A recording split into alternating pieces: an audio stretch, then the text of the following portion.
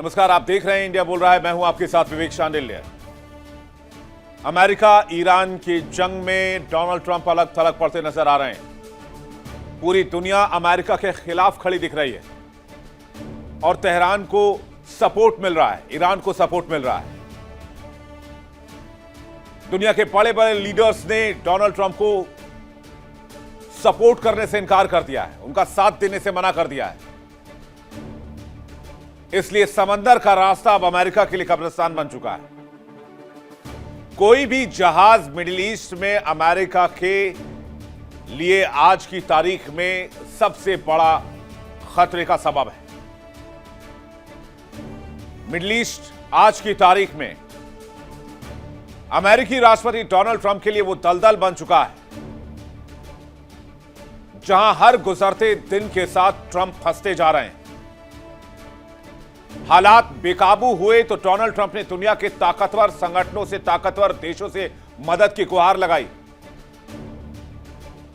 दोनों हाथ फैलाकर मदद मांगी, नेटो का दरवाजा खटखटाया। ट्रंप को लगा था कि अमेरिका इस युद्ध में खड़ा है तो बाकी के देश, दुनिया के अलग अलग जो देश है, वो डोनाल्ड ट्रंप के एक इशारे पर उनके पीछे पीछे यहां चले आएंगे। लेकिन यही ट्रंप का गेम ओवर हो गया, पासा ही पलट गया। डोनाल्ड ट्रंप की मदद की उम्मीद में जो दिन गुजर रहे थे, उसमें नेटो ने सबसे पहले पल्ला झाड़ लिया। दोस्ती के बड़े बड़े दावे करने वाले नेटो ने इस युद्ध से खुद को अलग रखना ही बेहतर समझा और डोनाल्ड ट्रंप को कहा कि इस युद्ध की शुरुआत आपने की है, इसकी शुरुआत नेटो के साथ चर्चा करके नहीं की थी और ये इजराइल की लड़ाई आप लड़ रहे हैं, इसलिए नेटो ने कदम पीछे खींच लिए। अब ट्रंप के पास कोई ढाल नहीं है। ईरान से जारी जंग में दुनिया डोनाल्ड ट्रंप के खिलाफ खड़ी हो गई है। यहां तक कि अंदर खाने भी आवाज उठ रहे हैं। डोनाल्ड ट्रंप की टीम से इस्तीफे पड़ रहे हैं। ब्रेकिंग न्यूज में आपको बताऊंगा। लेकिन डोनाल्ड ट्रंप के लिए अब यह लड़ाई लोहे के चने को चबाने जैसी हो चुकी है। तो आज की तारीख में आखिर पूरी दुनिया डोनाल्ड ट्रंप के खिलाफ कैसे खड़ी हो गई इस जंग को लेकर? क्या डोनाल्ड ट्रंप के करियर का यह पतन है या इसकी शुरुआत हो चुकी है? देखिए, इंटरनेशनल डिबेट दुनिया भर के मेहमानों के साथ अब से थोड़ी देर में। मिडिल ईस्ट में अमेरिका को ईरान ने वो मार लगाई कि सुपर पावर के पसीने छूट रहे हैं। ट्रंप ने सोचा था हुंकार भरेंगे, ईरान पीछे हट जाएगा, लेकिन यहां गेम ही पलट गया। पूरी दुनिया डोनाल्ड ट्रंप के खिलाफ हो गई है। सारे नेता डोनाल्ड ट्रंप के इस कदम को बहुत बुरा फैसला बता रहे हैं। इसलिए मुझे रामायण काल के एक पात्र की याद आती है, महाबली पुत्र अंगद, जिनका पैर उठाने में बड़े बड़े महाबलियों का दम निकल जाता था। ईरान ने हुरमुज में वही पैर जमा दिया है। अमेरिकी और इजरायली साथी देशों का एक भी जहाज यहां टस से मस नहीं हो पा रहा है। जो कोशिश कर रहा है, ईरान उसे समंदर की गहराई में दफन कर रहा है। ट्रंप की लाख कोशिशों के बावजूद भी ईरान टस से मस नहीं हो रहा और ईंट का जवाब पत्थर से दे रहा है। अब इतने गंभीर मुसीबत में फंसे हैं, 18 दिन की लड़ाई लड़ चुके हैं, तो डोनाल्ड ट्रंप ने दुनिया की ओर मदद की हाथ फैलाई।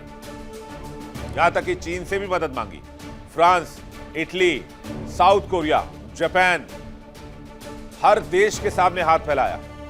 यहां तक कि नेटो की ओर भी हाथ फैलाया। लेकिन दोस्तों ने डोनाल्ड ट्रंप से मुंह मोड़ लिया। यानी पूरा विश्व एक तरफ है आज की तारीख में और डोनाल्ड ट्रंप एक तरफ नजर आ रहे हैं। किन किन देशों ने मुंह फेरा है और कौन कौन से देश अभी वेट एंड वॉच की पोजीशन में? नहीं, किसने किसने कह दिया है। ऑस्ट्रेलिया ने मना कर दिया, बोला नहीं, हमें कोई दिलचस्पी नहीं आपकी लड़ाई में। जापान ने मना कर दिया। दक्षिण कोरिया ने कहा देखते हैं, मतलब ना ही है। इटली ने भी मना कर दिया है।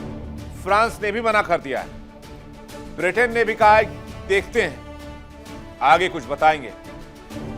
ईरान पर हमले को लेकर किस देश का क्या कहना है, यह भी आपको बताते हैं। इटली ने कहा कि यूएस इजराइल के हमले इंटरनेशनल कानून का उल्लंघन है। पूरा विश्व, मैं आपको बता रहा हूं, आज डोनाल्ड ट्रंप के खिलाफ है। पूरी विश्व का सेंटिमेंट अमेरिकी राष्ट्रपति के खिलाफ है। यह सबसे बड़ा कूटनीतिक फेल्योर है आज तक में डोनाल्ड ट्रंप का और अमेरिका का। यूएस इजराइल के हमले में इंटरनेशनल कानून का उल्लंघन हुआ है, ये इटली के पीएम ने कहा है। जापान ने क्या कहा? तेल टैंकरों की सुरक्षा के लिए नेवी भेजने का कोई इरादा नहीं है हमें। हॉर्मुज स्ट्रेट में वॉरशिप भेजने का कोई फैसला नहीं है, अभी ऐसा कोई इरादा नहीं है। ऑस्ट्रेलिया ने भी क्लियर कर दिया है। तुर्की ने कहा कि इस युद्ध में हम खुद को बाहर रखना चाहते हैं। ब्रिटेन कह रहा है कि बातचीत से समाधान निकालिए, लड़ाई लड़ने की कोई आवश्यकता नहीं है और ईरान पर हमला करने की भी कोई जरूरत नहीं थी। पूरी दुनिया में ऑयल प्राइस स्पाइक कर रहे हैं। किस वजह से? सिर्फ डोनाल्ड ट्रंप की वजह से। ईरान में जो हो रहा है वो समझ से परे है। जर्मनी ने क्लियर कर दिया। जर्मनी ने कहा कि आखिर हमले की जरूरत क्या थी। स्पेन ने कहा कि युद्ध की तो जरूरत ही नहीं है, शांति को मौका दिया जाना चाहिए, शांति से बात होनी चाहिए। फ्रांस ने कहा अमेरिकी हमला इंटरनेशनल कानून के दायरे से बाहर है। क्यों हमला किया डोनाल्ड ट्रंप ने? और ये रिएक्शंस कब आए? ये रिएक्शंस तब आए हैं जब राष्ट्रपति ट्रंप ने दुनिया से मदद की गुहार लगाई। नेटो देशों से कहा कि स्ट्रेट ऑफ हॉर्मुज को खोलने में हमारी मदद करो। नतीजा क्या निकला? जर्मनी, फ्रांस, जापान, ब्रिटेन जैसे पुराने साथियों ने पल्ला झाड़ लिया। ट्रंप चीखते चिल्लाते रह गए, मदद की भीख मांगते रह गए, लेकिन कोई सामने आने को तैयार नहीं। सबने ऐन वक्त पर अंगूठा दिखा दिया। ये लीजिए भाई साहब, ये आपके लिए ठेंगा। जिन देशों को अमेरिका अपना हमसाया समझता था और ये समझता था वो एक इशारे पर अमेरिका के पीछे पीछे चले आएंगे, लेकिन यहां पासा ही पलट गया। सबने कह दिया ये आग आपने लगाई है, आप बुझाइए। डोनाल्ड ट्रंप के खिलाफ पूरी दुनिया खड़ी है और ट्रंप बीच मझधार में अकेले पड़े। नेटो की तरफ से कोई मदद तो मिली नहीं, तो कहते हैं खिसियानी बिल्ली खंभा नोचे। डोनाल्ड ट्रंप कह रहे हैं यूरोप को याद करना चाहिए, नेटो को याद करना चाहिए, हमने यूक्रेन के मैटर पर उनकी मदद की है। एहसान का वास्ता दे रहे हैं। सुनिए क्या कह रहे हैं। We're always there for NATO. We're helping them with Ukraine. As many, it's got a notion in between us. Doesn't affect us, but we've helped them. It'd be interesting to see what country wouldn't help us with a very small endeavor, which is just keeping the Strait open. And by comparison, for NATO, we're helping them with Ukraine. As many, it's got a notion in between us. Doesn't affect us, but we've helped them. It'd be interesting to see what country wouldn't help us with a very small endeavor, which is just keeping the Strait open. And by comparison, अलग थलग पड़े Trump की हालत और भी खराब हो रही है, क्योंकि ईरान के हमले नहीं रुक रहे हैं। हर घंटे नया धमाका हो रहा है। ट्रंप के लिए अब आसमान से गिरा और खजूर में अटकने वाली स्थिति बन चुकी है। इजराइल की मदद करना अब अमेरिका को लोहे के चने चबाने जैसा लग रहा है। ईरान ने समंदर को अमेरिकी जहाजों का कब्रिस्तान बना दिया है। जो ट्रंप शुरू में कहते थे कि वो 2 दिन में जंग को खत्म कर देंगे, 2 दिन में ईरान साफ हो जाएगा, लेकिन ईरान के पलटवार ने डोनाल्ड ट्रंप के रातों की नींद ही उड़ा दी। ट्रंप का दावा था कि वो 4 हफ्ते में इस जंग को खत्म करके खुद को विजेता घोषित करके ईरान में रिजीम चेंज कर देंगे। दूसरा दावा था युद्ध लंबा नहीं चलेगा। व्हाइट हाउस के अधिकारी कह रहे हैं कि सितंबर तक ये वॉर चल सकती है। बड़ी बात यह कि ट्रंप ने फिलहाल चीन की यात्रा भी टाल दी है। तो क्या डोनाल्ड ट्रंप को भी लगने लगा है युद्ध लंबा चलने वाला है? लेकिन मुझे तो लगता है कि डोनाल्ड ट्रंप इस युद्ध से निकलना चाहते हैं, सीजफायर करना चाहते हैं। अधिकारियों का दावा है कि ईरान की बारूदी ताकत अभी तक कम नहीं हुई है। यूएस हमलों का पूरी ताकत से जवाब दे रहा है ईरान। हॉर्मुज स्ट्रेट की जंग में अमेरिका अकेला पड़ गया है। अमेरिका जैसी ताकत ईरान के सामने सरेंडर, हॉर्मुज को खुलवा ही नहीं पा रहा अमेरिका। बड़े बड़े डिस्ट्रॉयर्स और बड़े बड़े एयरक्राफ्ट कैरियर के साथ मौजूद है। F-35 स्टेल्थ फाइटर जेट के साथ पड़ा हुआ है। F-22 रैप्टर के साथ पड़ा हुआ है। 28 फरवरी को जब अमेरिका इजराइल ने ईरान पर हमला किया, तब उन्हें अंदाजा नहीं था कि यह मामला इतना लंबा खिंच जाएगा। उन्हें लगा था कि वो टॉप लीडरशिप को साफ कर देंगे और तेहरान गिर जाएगा, तेहरान का किला हम फतेह कर लेंगे, जैसे 2003 में इराक में किया था। सद्दाम हुसैन को उठाकर ले गए, पूरा इराक ढह गया, इराक की रिजीम खत्म हो गई और इराक अमेरिका के कंट्रोल में आ गया। लेकिन ईरान को आंकने में डोनाल्ड ट्रंप ने भूल कर दी और उसके बाद अब वो ईरान की तारीफ कर रहे हैं।